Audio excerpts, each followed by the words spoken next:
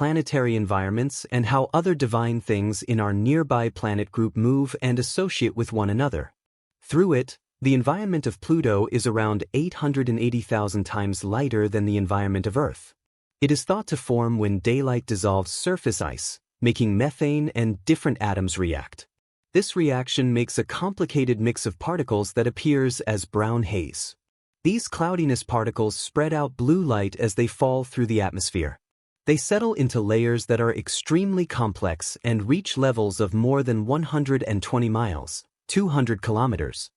Pluto moves farther away from the Sun every 248 years, which keeps its atmosphere frozen. This causes a kind of snow to fall to the planet's surface and stick there. However, we still don't know what these snow bits are made of. Researchers are still not sure if the snow falls or if it looks like grains or drops. It's also possible that this snowfall will appear as snowstorm-like winds or soft snow moving around in the thick, cold haze. At this point, scientists have seen what looks like a layer of nitrogen snow that fell from the sky and landed on the surface in places like Tambo Regio. Researchers hope that this will help them figure out what kind of snow falls on Pluto while they continue their investigation. The snow-covered mountains in the southern half of Pluto are one of its most striking features. When seen from the International Space Station, they look quite a lot like the Alps on Earth, but these mountains are totally different. When you look more carefully, frozen water ice that is as hard as rock makes them up, and a kind of frozen methane snow covers them. Some of these enormous peaks can rise 2.2 to 3.5 kilometers above the surrounding land, which is quite similar to the Rocky Mountains in North America. Although it's not surprising to see mountains on Pluto, researchers still don't know how they formed. On Earth, mountains are typically found due to either tectonic plate shifts or volcanic activity. However, there is no indication of seismic or volcanic activity in the mountains on Pluto.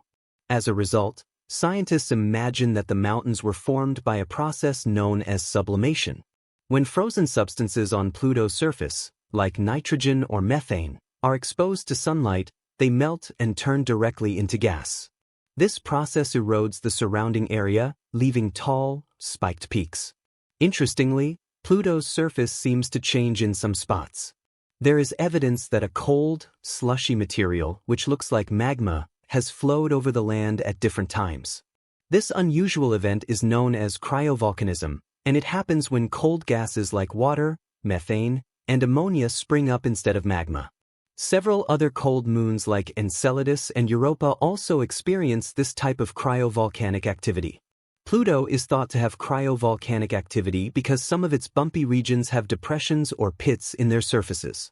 Right Mons, a mountain in Pluto's southern hemisphere, rises 2.5 to 4 kilometers above its surroundings and has a wide empty at the top.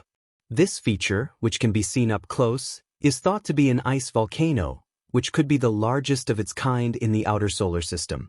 Along the western edge of Pluto's heart-shaped region, scientists have found large fields of ridges that look quite a bit like deserts on Earth. This is another fascinating feature on Pluto's surface, helping us learn more about places on other planets that humans haven't yet altered. These ridges are another mystery to be solved. The surface of Pluto has features similar to hills, like those on Earth. The wind moves particles around and stores them in certain places, which is how ridges are made on Earth. However, the ridges on Pluto are different in some ways. They may have formed from both wind and the melting of nitrogen ice, which would have lifted sand-sized grains of methane ice high into the air and deposited them later. The ridges on Pluto are also much larger than those on Earth. Some of them are as tall as mountains and stretch for miles. This is likely because Pluto has less gravity, making it easier for particles to move around and form these astonishing features. Another interesting thing about Pluto's landscape is that it has structures that resemble ice shelves all around its heart-shaped region. It looks like these shapes are pieces of ice that have broken off from larger masses. Each piece is between 1 and several miles wide and floats on top of the frozen ground beneath. Since water ice is less dense than nitrogen ice, scientists think these icebergs are made of frozen water. When they break off, they are pushed into Pluto's heart, probably by cold streams. This movement is influenced by the nitrogen ice beneath, giving the region its unusual shape. Pluto's heart is covered with cell-like structures that reveal insights into the planet's natural cycles. These shapes, which resemble convection currents, happen when a liquid is heated unevenly, like by the sun or a pot on high. Scientists believe this convection process shows how Pluto's surface is continuously changing and moving, helping us understand how the various forces that shape this distant world interact. Pluto has convection, meaning that something beneath its heart-shaped region is warmer than the surface. The frozen nitrogen plains move slowly over time, and in this way, scientists observe that the ice sheets tend to accumulate around these convection cells. It's likely that the forces beneath are pushing the icebergs to the edges. Researchers are still investigating these structures and other features that are unique to Pluto in hopes of eventually providing clear answers to the many questions they have about it. We seem to discover something new about Pluto every time we look at it, and Pluto is just one of many possible small planets in the Kuiper Belt. It's truly astonishing to think about the amazing things that may exist on Haumea, Makemake, or Eris that we haven't had the chance to discover yet. They look beautifully frozen, and I hope that one day we'll be able to figure out the mysteries they hold. We are almost at a new era in space research now that the James Webb Space Telescope has been launched. The term dwarf planet for Pluto is quickly becoming a relic of the past, as NASA releases high-resolution pictures of complex geological features that have recently been observed on its surface. These stunning pictures are a huge step forward and give us a glimpse at how dynamic this faraway world is. It's incredible to think that just a few gigabytes of data can open up a universe of vast possibilities for us. New Horizons and the James Webb Space Telescope have brought back a lot of information that helps us understand the wonders of our universe better. With each new discovery, we draw a little closer to knowing how complex planets like Pluto are and uncovering the secrets they hide. The prospect of what lies ahead in our exploration of the universe is both exciting and awe-inspiring as we continue to push the limits of what we know. The journey into the deepest parts of space should be both thrilling and educational. Happy you watched another episode. Click the video on your screen to see more amazing content like this while you're still here. This exceptionally faraway Bantam planet, Pluto, has a heart-shaped region called the Tombaugh Regio, or Heart of Pluto. This geographical feature, which researchers called the Sputnik planidia, is a significant force in forming many of Pluto's surface characteristics. Incredibly, this heart-shaped region is not warm and beating. Rather, it is cold, and nearly frozen. For sure, it's an enormous area of nitrogen ice that covers more than 1 million square miles. The fact that this gigantic nitrogen ice sheet is at the center of Pluto is crucial. It causes something many refer to as apparent polar wander, which moves the planet's spin axis. Researchers didn't know that Pluto's heart-shaped bowl is right next to its greatest moon, Charon, until NASA's mission. This adjustment of Pluto's direction has interesting effects, particularly on the connection between Pluto and Charon. In simple terms, the fact that Pluto's heart-shaped bowl lines up with the flowing axis between Pluto and Charon says that the heart affects how the planet is oriented. It means that Pluto has tipped a little on its axis because of the gravitational force between Pluto and Charon and the location of the Sputnik planidia. This new data helps us understand why Pluto is such an interesting and changing place. Although people can't live on Pluto, its frigid surface and immense nitrogen ice at its core give it some unique features. This includes the fact that it tends to shift because its mass isn't balanced. Because Pluto is so large and has many moons, their gravitational poles can cause something called apparent polar wander. This is when a planet aligns its spin axis with a better orbit. That said, the thick ice sheet by itself isn't enough to cause such a big shift in course. Even though Pluto's gigantic ice sheet adds to its mass, it is not the only thing that causes the little planet to shift or experience strong tides. Researchers have been able to learn more about Pluto due to recent advancements in technology. They have made an astounding discovery. Pluto has an ocean hidden beneath its icy surface that we didn't know about. This is a groundbreaking finding because it goes against everything scientists thought they knew about the planet's structure and history. The discovery that Pluto has a sea changes our opinion of this distant moon, placing it in the same group of watery moons as Titan, Enceladus, and Europa around the Sun. Despite the fact that there is no evidence that life could exist in Pluto's sea right now, the fact that it might makes us keep wondering if life could exist in other planet seas. This finding makes it more important to study and search for watery worlds in our solar system and makes us think about life beyond Earth. NASA also says that extraterrestrial life is still a possibility, even though there isn't any solid evidence. Another significant thing that NASA's Cassini mission found was an ocean filled with phosphorus beneath the cold surface of Enceladus, a moon of Saturn that orbits around it. Since phosphorus is required to make DNA and RNA, components of the molecular basis of life, this discovery has led to endless discussions about the possibility of life on other planets. Even though Enceladus is still a potential astrobiological target for space studies, sorting out whether or not Pluto is livable is much trickier.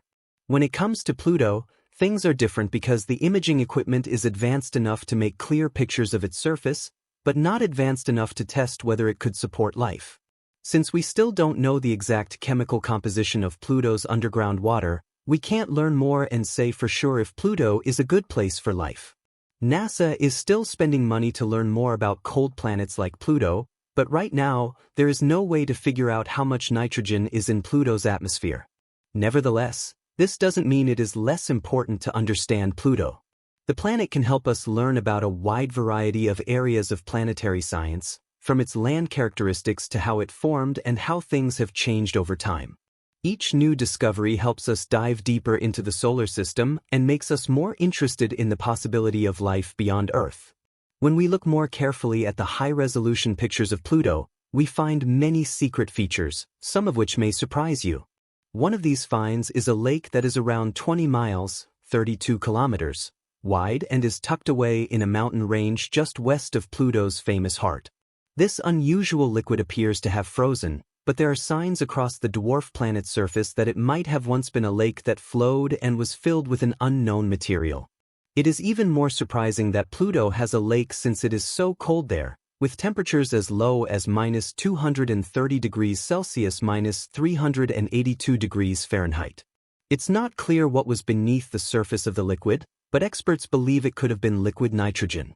People think that liquid nitrogen might have carved riverbeds and complex canyons billions of years ago, creating the stunning landscape in the image.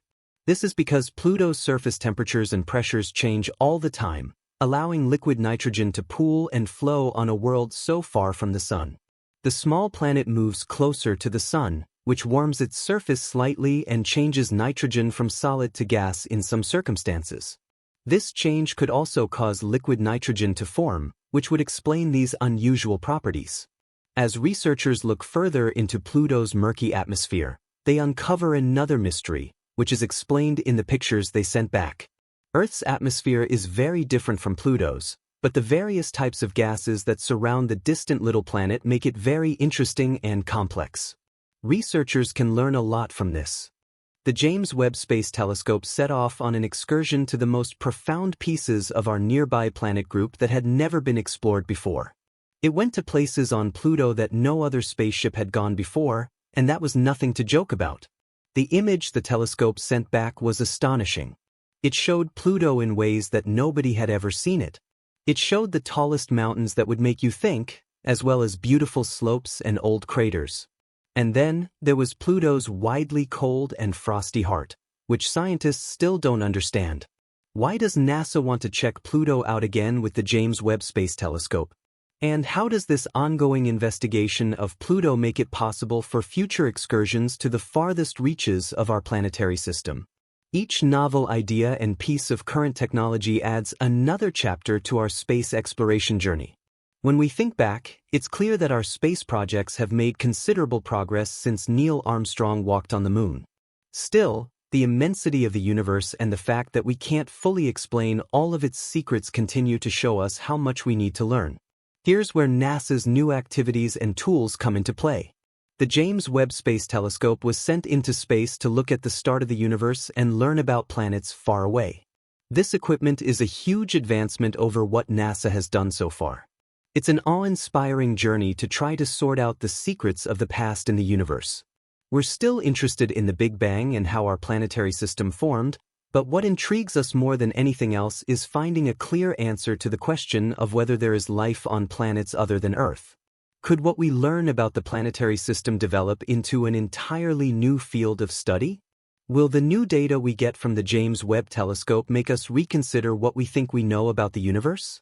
These questions make us ponder what we know now, especially what we know about Pluto and why we call it a dwarf planet. We now discover much more about Pluto thanks to the New Horizons mission and the astonishing things it uncovered. The billion-dollar venture has significantly altered the way NASA operates and helped us learn more about the icy world. Before the New Horizons mission, we didn't know much about Pluto's surface. The Hubble Space Telescope took the clearest image of Pluto's surface in 2002. It showed a strange blend of colors, including orange, white, and dark, as well as a bright spot that scientists found intriguing. Pluto research was like trying to answer a riddle with only a few confusing pieces, because the Hubble Space Telescope could only show a limited number of details. After that, the James Webb Space Telescope arrived. It went into space around Pluto and took some beautiful pictures that helped researchers gain valuable insights into that world. It was like getting a behind-the-scenes pass to an enchanted show and finally being able to see all the cool things that had been hidden from us. Scientists were stunned by these photos, but they also grabbed the attention of people all around the world. It made many people excited about and curious to learn more about the unknown places beyond our solar system. The main goal of the New Horizons mission was reached in July 2015. The spacecraft flew by Pluto and its many moons, sending back to Earth the first detailed photos of this object in space. Today, this has proven to be a significant step forward in the quest for life in space. Astronomers learned new things about Pluto and its moons that they didn't know before. The success of the New Horizons mission gave NASA more ways to study the vast Kuiper Belt. They did this because they realized they needed to learn more about faraway celestial bodies. In a way, it was NASA's goal to find planets between Neptune's orbit and around 50 astronomical units, AU, from the Sun. The closest flyby with Pluto and Charon, Pluto's largest moon, was without a doubt the most fascinating part of the mission. New Horizons also took clear photos of Pluto's 4 other moons, which are called Nix, Hydra, Kerberos, and Styx.